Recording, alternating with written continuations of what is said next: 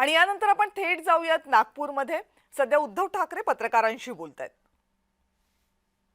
काँग्रेस आणि शिवसेना हे एकमेकाच्या विरोधात लढत होते, पण ज्याच्याकडे ज्या काही चांगल्या गोष्टी असतात त्या आपण चांगल्या मानल्या पाहिजेत आणि त्यांच्याकडनं काही गोष्टी आपण शिकल्या पाहिजेत.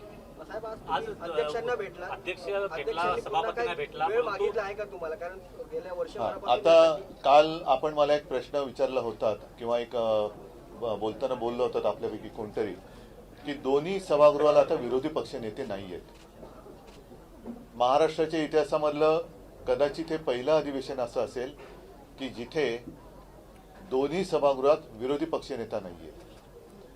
तसं पाहिलं तर विधानसभा म्हणजे आता आपण अप्पर हाऊस आणि लोअर हाऊस, खालचं वरचं, त्याच्यामुळे विधानसभेच्या निवडणुकीनंतर आम्ही विधानसभा अध्यक्षांना विरोधी पक्षनेते पदाचं नावासहित, भास्कररावांच्या नावासहित पत्र दिलं होतं.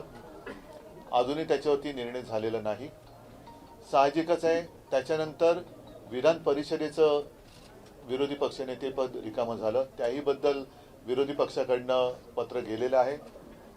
काल आपण जे म्हणालात की मुख्यमंत्र्यांचं म्हणणं असे की हा अधिकार हा अध्यक्षांचा आहे, त्यानुसार आम्ही नियमानुसार अध्यक्षांकडे पण जाऊन ही विनंती केली आणि त्याचप्रमाणे माननीय सभापतींकडे सुद्धा जाऊन आम्ही विनंती केली की आता दोन्ही पदं ही रिकामी आहेत, दोन्ही सभागृहाची ही पदं रिकामी आहेत.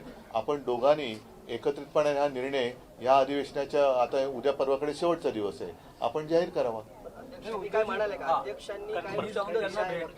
अध्यक्षांना सभापतींना केबिन मध्ये चर्चा होते, पण त्यांचा रिप्लाय काय असतो तुम्हाला? मी तेच सांगतो, मला पूर्ण करण्याच्या आधीच तुमचा प्रश्न. साहजिकच आहे, दोघांनी सांगितलं की आम्ही जरूर त्याचा आमच्या मनामध्ये तो विचार चालू आहे, आम्ही लवकरात लवकर तो निर्णय घेऊ. आता हे गेल्या अधिवेशनाच्या वेळेला सुद्धा लवकरात लवकर हा शब्दप्रयोग झाला होता. आता किती लवकर तो निर्णय होतोय हे आपल्याला कळेल, कारण आमची तर विनंती किंवा आग्रह असा आहे की हे अधिवेशन संपण्यापूर्वी दोन्ही सभागृहाला विरोधी पक्ष नेते लाभावेत की जेणेकरून विरोधाला विरोध करण्यासाठी नको ते तर आम्ही आजही करतोय, विरोधाला विरोध नाही, पण जनतेचे प्रश्न एक त्यांचा आवाज उठवणं हे आमचंही कर्तव्य आहे. आणि जे कोणी या सभागृहात जनतेकडनं आपले प्रतिनिधी, लोकप्रतिनिधी म्हणून येतात, त्यांचं सगळ्यांचं ते कर्तव्य असतं. विरोधी पक्ष नेत्याला एक दर्जा असतो, एक मान असतो, तो प्रशासकीय अधिकाऱ्यांशी नीट एका अधिकारामध्ये बोलू शकतो, काही माहिती घेऊ शकतो आणि त्यानुसार सभागृहामध्ये आपल्या प्रश्नाची मांडणी तो व्यवस्थितपणाने करू शकतो. आणि म्हणून लोकशाही जिवंत ठेवण्यासाठी या दोन्ही सभागृहात विरोधी पक्ष नेतेपद हे असणं म्हणजे पद आहे, पण त्या पदावरती माणसं नाहीयेत, तर ती नेमणूक लवकरात लवकर व्हावी अशी आमची आग्रहाची मागणी आहे. नियमाची आडकाठी काही सांगतायत का? नाही, आता त्या सगळ्या गोष्टी ते बघतील आणि त्या दोघांनी इच्छा व्यक्त केली की आम्ही हा निर्णय लवकरात लवकर घ्यायचा आमच्या मनात आहे. सगळ्या बाबी आम्ही तपासतोय. म्हटलं बघा, पण काही गोष्टी नियमाच्या आडकाठीत म्हणाल तर मी पुन्हा एकदा उपमुख्यमंत्री पदाचा विषय त्यांच्याही कानावर घातलेला आहे की उपमुख्यमंत्री पद हे कोणत्याही संविधानात्मक पदापैकी एक पद नाहीच आहे. त्याच्यामुळे जर समजा याला नियमाची आडकाठी असेल तर उपमुख्यमंत्री पद हे जी बिरुदावली लावली जाते, बिरुद लावलं जातं आणि नको ती लोक ते मिरवतात, ते ताबडतोब रद्द झालं पाहिजे. सत्ताधारी आमदार आणि नेत्यांचं असं म्हणणं होतं की उद्धव ठाकरेंच्या सरकारमध्येही अजित पवार उपमुख्यमंत्री होते, त्यावर पण त्याही वेळेला विरोधी पक्ष नेते होतेच.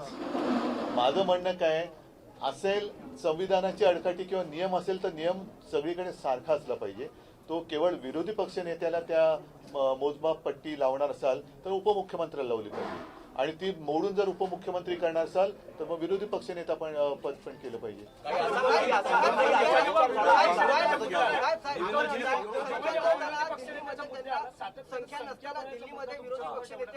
बरोबर आहे, संख्याबळ हा जर का नियम असेल तर मग नियमानुसार उपमुख्यमंत्री पण पद नाहीये, त्याला संख्याचं नाहीच आहे.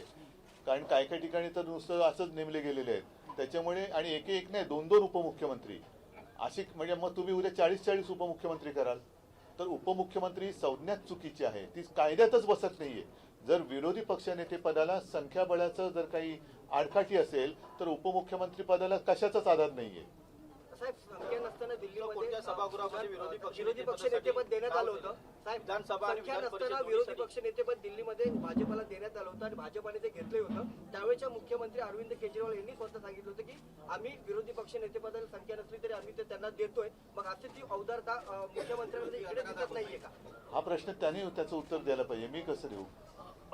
पण जेव्हा साहजिकच आहे, जेव्हा भाजपेतर पक्षाचं सरकार जिथे आहे किंवा दिल्लीत होतं केजरीवालांचं, तेव्हा त्यांनी ती उदारता दाखवली होती. त्यांनी किती आले होते? मला वाटतं तीन किती पैकी 70 मध्ये 3 असताना विरोधी पक्ष नेतेपद दिलं होतं. ही तुम्ही माहिती देत आहे. तर 70 मध्ये 3 म्हणजे तो 10% किंवा किती टक्के देतोय? म्हणजे हा फार महत्वाचा मुद्दा तुम्ही आता मांडला. या निमित्ताने तुम्हाला धन्यवाद देतो की 70 पैकी 3 सदस्य असताना जर भारतीय जनता पक्षाने ते विरोधी पक्ष नेतेपद स्वीकारलं होतं आणि मुख्यमंत्री अरविंद केजरीवालांनी तत्कालीन मुख्यमंत्र्यांनी ते दिलं होतं, तर मग ते तिकडे जर का दिल्ली देशाची राजधानी आहे,